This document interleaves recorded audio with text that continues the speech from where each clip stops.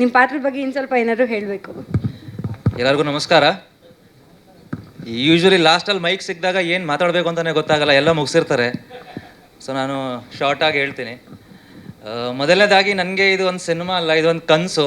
ಆ ಒಂದು ಕನಸು ಇಟ್ಕೊಂಡು ಮನೆಯಿಂದ ಹೊರಟಾಗ ಏನಾಗುತ್ತೆ ಹೇಗಾಗುತ್ತೆ ಅಂತಲೇ ಗೊತ್ತಿರಲಿಲ್ಲ. ಆ್ಯಂಡ್ ಆ ಒಂದು ಜರ್ನಿಯಲ್ಲಿ ಸ್ಟಾರ್ ಕ್ರಿಯೇಷನ್ಸಿನ ನೀವೇ ಹೇಳಿದ್ರಿ, ಸ್ಟಾರ್ ಕ್ರಿಯೇಟರ್ಸ್ ನನಗೆ ಉಮೇಶ್ ಸರ್ ಮತ್ತು ಚಂದ್ರಕಾಂತ್ ಸರ್ ಸಿಕ್ಕಿದ್ರು. ನೀವು ಯಾವ ನಂಬಿಕೆ ಇಟ್ಟು ಇಷ್ಟು ಇನ್ವೆಸ್ಟ್ ಮಾಡಿದ್ರಿ ಅಂತ ನಂಗೆ ಗೊತ್ತಿಲ್ಲ, ಬಟ್ ಆ ನಂಬಿಕೆಲಿ ಆ ಜೆನ್ಯೂನಿಟಿ ಇತ್ತಲ್ಲ, ಅದನ್ನು ಹೇಗೆ ಮಾಡಿ ಕಾಪಾಡಬೇಕು ಅಂತ ಇತ್ತು. ಅದಕ್ಕೆ ಅಂತ ನಾನು, ಗುರುತೇಶ್ ಶೆಟ್ಟಿ ಸರ್, ನಾವು ತುಂಬ ಎಷ್ಟಾಗುತ್ತೆ ಅಷ್ಟು ಮಾಡಿದ್ದೀವಿ. So thank you so much. ಆ ಹೆಸರು ತಕ್ಕ ಹಾಗೆ ಇನ್ನೊಂದಷ್ಟು ಸ್ಟಾರ್ ಈ ಒಂದು ಕ್ರಿಯೇಷನಿಂದ ಹುಟ್ಟಲಿ, ಇನ್ನೊಂದು ಹೆಸರಾಗಲಿ. ಆ್ಯಂಡ್ ಮೇಯ್ನಾಗಿ ಇವತ್ತು ನನಗೆ ತುಂಬ ಫ್ರ್ಯಾಂಕ್ಲಿ ಹೇಳ್ತಾ ಇದ್ದೀನಿ, ನನ್ನ ಗೆಲುವಕ್ಕಿಂತ ನಿಮ್ಮ ಗೆಲುವು ಆಗಲೇಬೇಕು ಅಂತ ಅನ್ನಿಸ್ತಿದೆ. ಆ್ಯಂಡ್ ಅದರಿಂದ ಎಷ್ಟು ಜನ ಫ್ಯಾಮ್ಲಿಗೆ ಇವತ್ತು ನೀವೊಂದು ಆಕ್ಯುಪೇಷನ್ ಕೊಟ್ಟಿದ್ದೀರಾ, ಆ ಒಂದು ಸ್ಥಾನ ಕೊಟ್ಟಿದ್ದೀರಾ, ಗೌರವ ಕೊಟ್ಟಿದ್ದೀರಾ, ಪ್ರತಿಯೊಬ್ಬ ಟೆಕ್ನಿಷಿಯನ್ನು ಫ್ಯಾಮ್ಲಿ ಥರ ಟ್ರೀಟ್ ಮಾಡಿದ್ದೀರಾ. ಆ್ಯಂಡ್ ಅದರಿಂದ ಇನ್ನೂ ನಂಬಿಕೆ ಉಳ್ಕೊಂಡಿದೆ. ಹೌದು, ನಾವು ಕಷ್ಟಪಟ್ಟರೆ ಇಲ್ಲಿ ಏನೋ ಒಂದು ಆಗುತ್ತೆ ಅಂತ ನಿಮ್ಮಂಥವರಿಂದ ನಂಬಿಕೆ ಇನ್ನೂ ಉಳ್ಕೊಂಡಿದೆ. So thank you so much sir, ಈ ಒಂದು ಜಾಗ ಕೊಟ್ಟಿದ್ದಕ್ಕೆ. ನೆಕ್ಸ್ಟು ಗುರುತೇಶ್ ಶೆಟ್ಟಿ ಸರ್, ಅವರು ಫ್ರೆಂಡ್ ಥರ ಟ್ರೀಟ್ ಮಾಡ್ತಾರೆ, ಬಟ್ ನಾನು ನಿಜವಾಗ್ಲೂ ಅವ್ರನ್ನ ಮನಸ್ಸಿಂದ ಗುರುಗಳ ಥರನೇ ನೋಡ್ತೀನಿ. ನಾನು ಲೈಫಲ್ಲಿ ಯಾರನ್ನೂ ಈ ಥರ ನೋಡಿಲ್ಲ. ಒಬ್ಬನಿಗೋಸ್ಕರ ಇಷ್ಟೊಂದು ಹೋರಾಡೋದು, ಇನ್ನೊಬ್ಬರು ನಾನು ಲೈಕ್ ಹೇಳ್ಕೋಬಾರ್ದು, ಬಟ್ ಈ ಒಂದು ಜರ್ನಿಯಲ್ಲಿ ತುಂಬ ನ್ಯೂವನ್ ಕ್ಯಾರೆಕ್ಟರ್ಸ್ನ ನೋಡಿದ್ದೀನಿ, ಎಲ್ಲ ಸ್ವಾರ್ಥಿಗಳನ್ನ ನೋಡಿದ್ದೀನಿ, ಎಲ್ಲ ಸ್ವಾರ್ಥ ಇಟ್ಕೊಂಡಿರೋರನ್ನ ನೋಡಿದ್ದೀನಿ. ಬಟ್ ಇನ್ನೊಬ್ಬ ಬೆಳಿಬೇಕು ಅಂತ ಇಡೀ ಸರ್ಕಲ್ ಜೊತೆ ಒಂದು ಹೋರಾಟ ಮಾಡಿಕೊಂಡು ಇವತ್ತು ಈ ಸ್ಥಾನ ನಂಗೆ ಕೊಟ್ಟಿದ್ದಕ್ಕೆ thank you so much sir.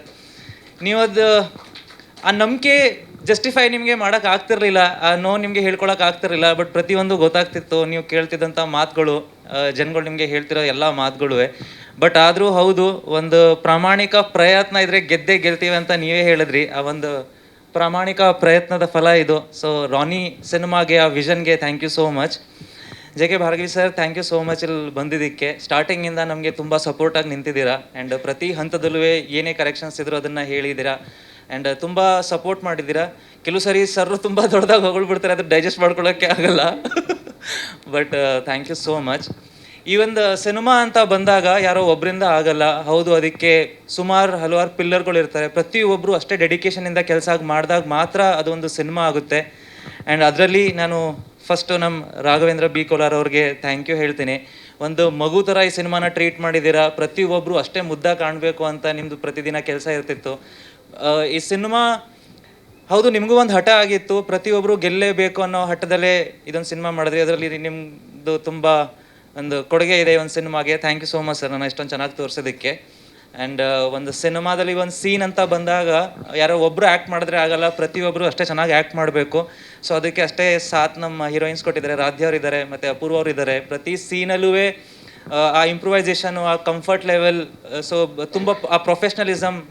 Thank you for everything. And ಈ ಸಿನಿಮಾ ನೋಡಿದಾಗ ಗೊತ್ತಾಗುತ್ತೆ ನಿಮಗೆ ತುಂಬ ಬ್ರೈಟ್ ಫ್ಯೂಚರ್ ಇದೆ. ಅಪೂರ್ವ ಅವರೇ, ನೀವಂತೂ ಎಕ್ಸ್ಪೀರಿಯನ್ಸ್ ಇದೆ ಆಬ್ವಿಯಸ್ಲಿ. ಆ್ಯಂಡ್ ರಾಧ್ಯ ಅವರು ಹೊಸಬ್ರು ಆಗಿರೋದ್ರಿಂದ ಅವ್ರು ಹೊಸಬ್ರು ಅಂತ ಎಲ್ಲೂ ಅನಿಸಲ್ಲ. ಅವ್ರ ಪ್ರತಿ ಎಕ್ಸ್ಪ್ರೆಷನಲ್ಲೂ ಆ ಮೆಚ್ಯೂರಿಟಿ, ಅವ್ರು ಮಾಡೋ ಪ್ರತಿ ಕೆಲಸದಲ್ಲೂ ಆ dedication, you will grow higher and higher. All the very best. And Apoorva ಅವ್ರಿಗೂ thank you so much. Yash Shetty ಅವರು ಇದ್ದಾರೆ, ಅವರು ಕಂಗ್ರ್ಯಾಚುಲೇಷನ್ಸ್, ಮದುವೆ ಆಗಿದೆ. ಬೇಗ ಹೋಗಬೇಕು, ಬೇಗ ಮಾತು ಮುಗಿಸ್ತೀನಿ. ಸೊ ಅವರು ತುಂಬ ಚೆನ್ನಾಗಿ ಆ್ಯಕ್ಟ್ ಮಾಡಿದ್ದಾರೆ. ನಮ್ಮ ಧರ್ಮಣ್ಣ ಅವ್ರು ಇದ್ದಾರೆ, ಕುಂದಾಪುರ ಅವ್ರು ಇದ್ದಾರೆ. ಅವರು ಲೈಕ್ ಕಾಮಿಡಿ ಪೋರ್ಷನ್ ಏನಿದೆ ಪ್ಲಸ್ ಆ ಸೀರಿಯಸ್ ಪೋರ್ಷನ್ ಎರಡನ್ನೂ ಅಷ್ಟೇ ಚೆನ್ನಾಗಿ ನಿಭಾಯಿಸಿದ್ದಾರೆ. ಆ್ಯಂಡ್ ಅನಿಲ್ ಅವರು, ಪೃಥ್ವಿ ಅವರು, ಪ್ರತಿಯೊಬ್ಬರು ಅಷ್ಟೇ ಚೆನ್ನಾಗಿ ಇದರಲ್ಲಿ ಆ್ಯಕ್ಟಿಂಗ್ ಮಾಡಿದ್ದಾರೆ. ಇನ್ನು ಮಿಕ್ಕಿದ ಎಲ್ಲ ಪಾಯಿಂಟ್ಸ್ ಎಲ್ಲ ಹೇಳಿದರೆ ನಾನು ಏನು ಹೇಳಬೇಕು ಅಂತಲೇ ಗೊತ್ತಾಗ್ತಿಲ್ಲ.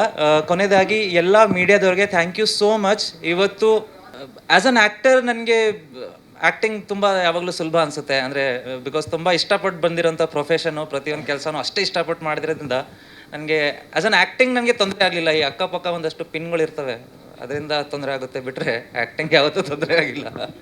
Toughest in terms of transformation, Rani ಸ್ವಲ್ಪ ನನಗೆ ಕಷ್ಟ ಆಗ್ತಿತ್ತು. ರಾಘವ್ ರಾನಿಗೂ ಒಂದು 8ರಿಂದ 9 ವರ್ಷ ಗ್ಯಾಪ್ ಇದೆ. ಸೊ ಆ ಒಂದು ಟ್ರಾನ್ಸ್ಫಾರ್ಮೇಷನ್ಗೆ ಸ್ವಲ್ಪ ಅಂದರೆ ಕಷ್ಟ ಅಂತ ಆಗ್ತಿರ್ಲಿಲ್ಲ, because it's a learning process. ನಾನು ಅದನ್ನು ಎಂಜಾಯ್ ಮಾಡ್ತಿದ್ದೆ.